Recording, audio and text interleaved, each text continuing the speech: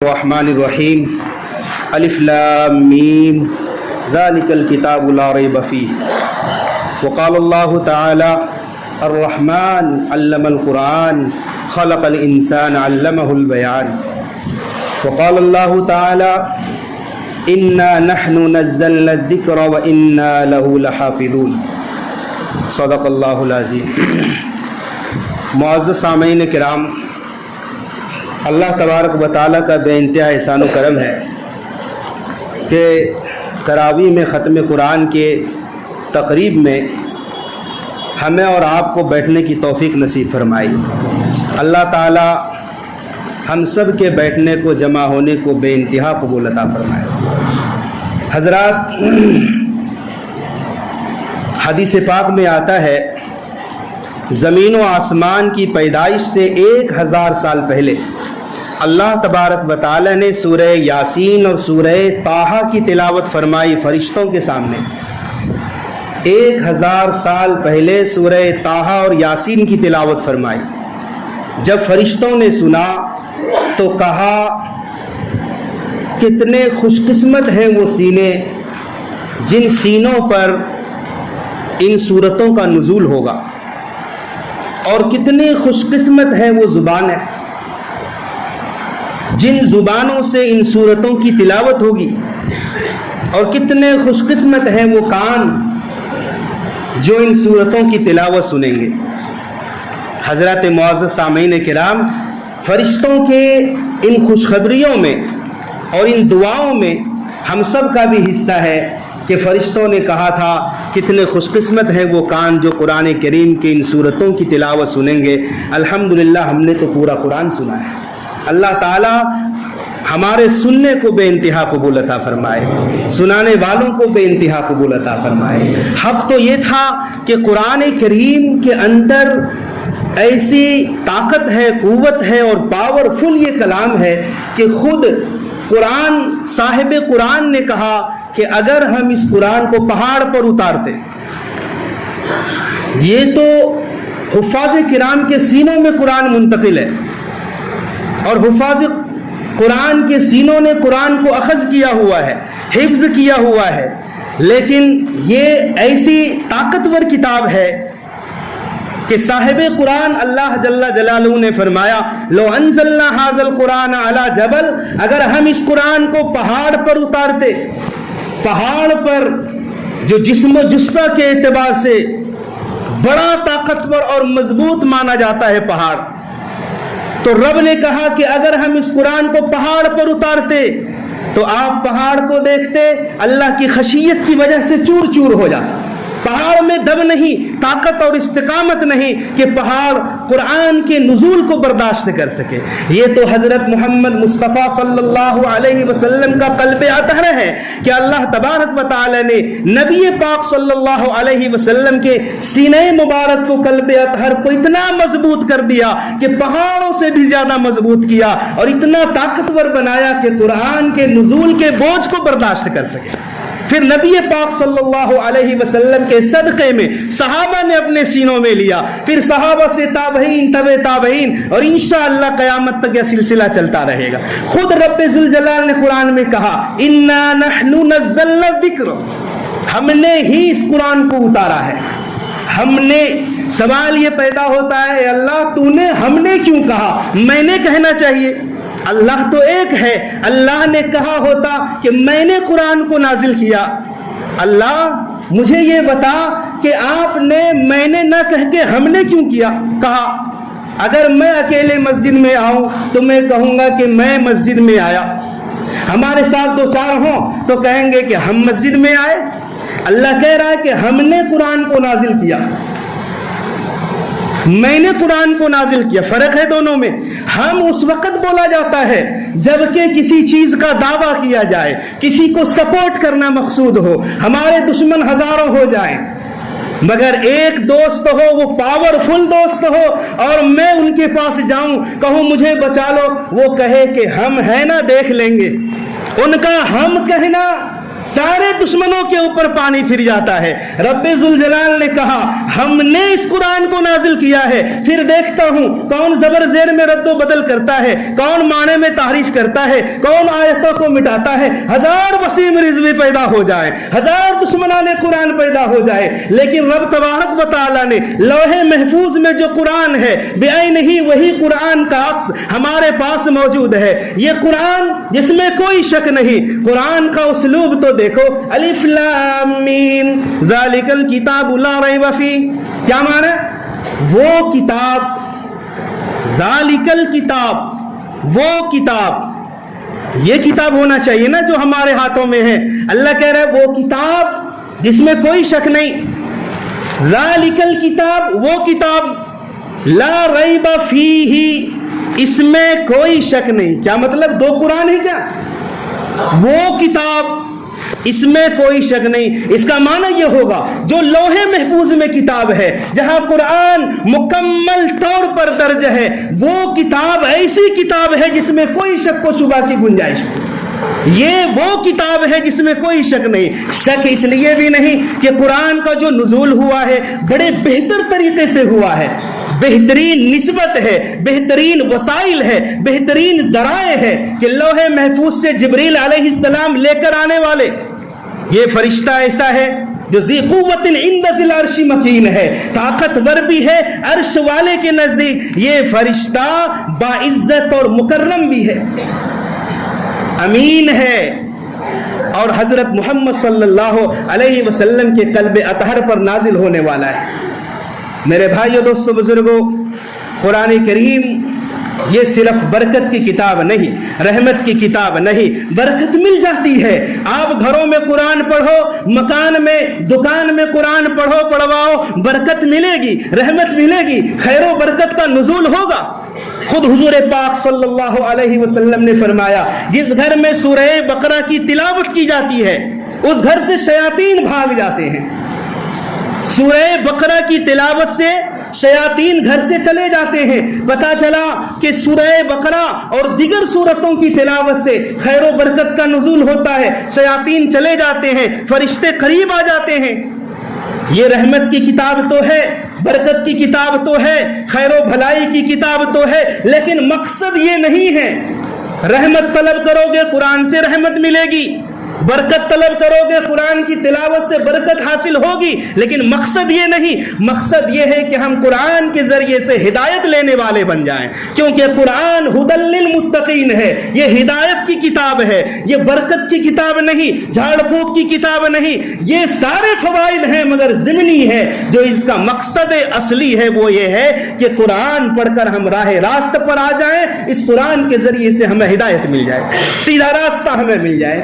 میرے بھائیو، یہ انقلابی کتاب ہے، یہ دستوری کتاب ہے، یہ انقلاب، ایسا انقلاب لاتا ہے یہ قرآن کہ بڑے بڑے کافروں کے دلوں پر جب قرآن نے دستخط دیا تو ان کے دلوں کی کایا پلٹ گئی۔ طفیل دوسی کا نام آپ نے سنا ہوگا، طفیل بن عمرو دوسی اپنے قبیلے کے سردار ہیں، مکہ المکرمہ عمرہ کرنے کے ارادے سے آئے، ابو جہل پہنچ گیا، ابو لہب پہنچ گیا، بڑے بڑے سردار قریش پہنچے، مشرکین مکہ پہنچے۔ طفیل مکے میں محمد نامی ایک شخص نے نبوت کا دعویٰ کیا، عجیب و غریب باتیں بیان کرتا ہے اور ایسا ایسا کلام سناتا ہے، آپ دنگ رہ جاؤ گے۔ خبردار طفیل، اس کے قریب مت جانا، اس کے کلام میں جادو ہے، سحر ہے، اگر تم نے سن لیا تو اسی کا ہو کر رہ جاؤ گے۔ طفیل بن عمرو خود بھی بڑا شاعر آدمی تھا، سوجھ بوجھ والا آدمی تھا۔ یہ فرماتے ہیں کہ اتنا لوگوں نے مجھے کہا، میں نے ڈر سے کانوں میں روئی ٹھوس لی کہ کسی بھی صورت میں محمد کا کلام نہیں سننا ہے، اگر سن لیا تو جادو میں پھنس جاؤں گا۔ لیکن فرماتے ہیں صحن حرم میں پہنچا، محمد عربی صلی اللہ علیہ وسلم نماز میں قرآن پڑھ رہے تھے، میں نے سنا، روئی ٹھوسنے کے باوجود کانوں میں حضور کے نماز کے قرآن کی تلاوت کی آواز ٹکرا گئی، میں بے ساختہ کھڑا رہ گیا۔ میں نے کہا طفیل تو پاگل نہیں ہے، تو اچھا خاصا صاحب کلام ہے، شعر خود بناتا ہے، عقل مند انسان ہے، ایک بار سننے میں کیا جاتا ہے، اگر اچھا بھلا کلام ہوگا تو لے لیں گے، اچھا نہیں لگے گا تو چھوڑ دیں گے۔ روئی نکالی اللہ کے نبی صلی اللہ علیہ وسلم کی زبان سے وہ قرآن سننا تھا کہ اللہ کے نبی جب نماز سے فارغ ہوئے اپنے گھر کی طرف چلے تو طفیل بن عمرو بھی پیچھے پیچھے گئے، اللہ کے نبی کی خدمت میں پہنچے، کہا اے محمد لوگ آپ کے بارے میں کیا کیا بتا رہے ہیں، آپ ان لوگوں کے جواب میں آپ کا کیا کہنا ہے؟ قربان جاؤں اللہ کے نبی صلی اللہ علیہ وسلم پر آپ نے کوئی کلام نہیں کیا، کوئی جواب نہیں دیا، بلکہ ان کے جواب میں صرف قرآن کی آیتیں پڑھ کر سنائی ہے۔ قرآن کی آیتوں کا سننا تھا۔ طفیل بن عمرو نے گردن جھکا کر کہا یا رسول اللہ، کلمہ پڑھا کر ایمان میں داخل کر لیجیے۔ یہ قرآن انقلابی کتاب ہے، حضرت عمر کو کون نہیں جانتا؟ ایمان لانے کا سبب یہی قرآن کی آیتوں کا سننا تھا نا۔ پتہ چلا کہ بہن اور بہنوئی دونوں مسلمان ہو گئے، نکلے تھے تلوار لے کے نبی پاک صلی اللہ علیہ وسلم کو نعوذ باللہ قتل کرنے کے لیے۔ راستے میں کہاں جا رہے ہو؟ نبی کو قتل کرنے؟ پہلے اپنی بہن بہنوئی کے خبر لو، وہ دونوں مسلمان ہو چکے ہیں۔ جب گئے دروازے پر سے ہی سن لیا کہ اندر قرآن پاک پڑھا جا رہا ہے، اندر قرآن پاک کی تلاوت ہو رہی ہے۔ بہن بہنوئی کو حضرت خباب رضی اللہ تعالی عنہ قرآن کریم پڑھ کر سنا رہے ہیں اور بتا رہے ہیں۔ حضرت عمر نے دستک دی، آہٹ پا کر بہن بہنوئی نے قرآن کے اوراق کو چھپا دیے۔ الغرض حضرت عمر اندر گئے، بہن بہنوئی کو خوب مارا۔ جب غصہ ٹھنڈا ہو گیا تو حضرت عمر نے کہا اچھا بہن تم لوگ کیا پڑھ رہے تھے، ذرا مجھے بھی تو دکھلاؤ۔ کہا تم ناپاک ہو، بے وضو ہو، پہلے غسل کرو، طہارت حاصل کرو، اللہ کا پاک کلام ہے، بغیر طہارت کے ہم چھونے نہیں دیں گے۔ البتہ حضرت عمر نے غسل کیا، طہارت حاصل کی اور وضو کیا، پھر قرآن کریم کے وہ اوراق جہاں پر سورہ طٰہٰ کی یہ آیات لکھی ہوئی تھی، اننی انا اللہ لا الہ الا انا فاعبدنی واقم الصلاۃ لذکری، یہاں پر جب پہنچے حضرت عمر بے ساختہ رونے لگے، زبان سے کلمہ جاری ہو گیا، کہا جلدی کرو مجھے محمد عربی صلی اللہ علیہ وسلم کے در تک لے چلو، کہیں دیر نہ ہو جائے۔ پتہ یہ چلا عمر اسلام قبول کرتے ہیں، سبب اور ذریعہ قرآن کی تلاوت ہے۔ میرے دوستو بزرگوں، ہم اس قرآن کو سنیں، اس کو پڑھیں، معنی کے ساتھ پڑھیں۔ قرآن کی تلاوت تو کرتے ہیں مگر تھوڑا قرآن کا ترجمہ بھی پڑھ لو، قرآن کی تفسیر بھی پڑھ لو۔ ساری زندگی ہم قرآن پڑھتے رہے، قرآن ہم سے کیا کہہ رہا ہے ہم نے زندگی بھر نہیں سمجھ پائے۔ میرے بھائی دوستو بزرگوں، یہ ایسی کتاب ہے جتنی بار پڑھو گے اتنا ہی مزہ آئے گا۔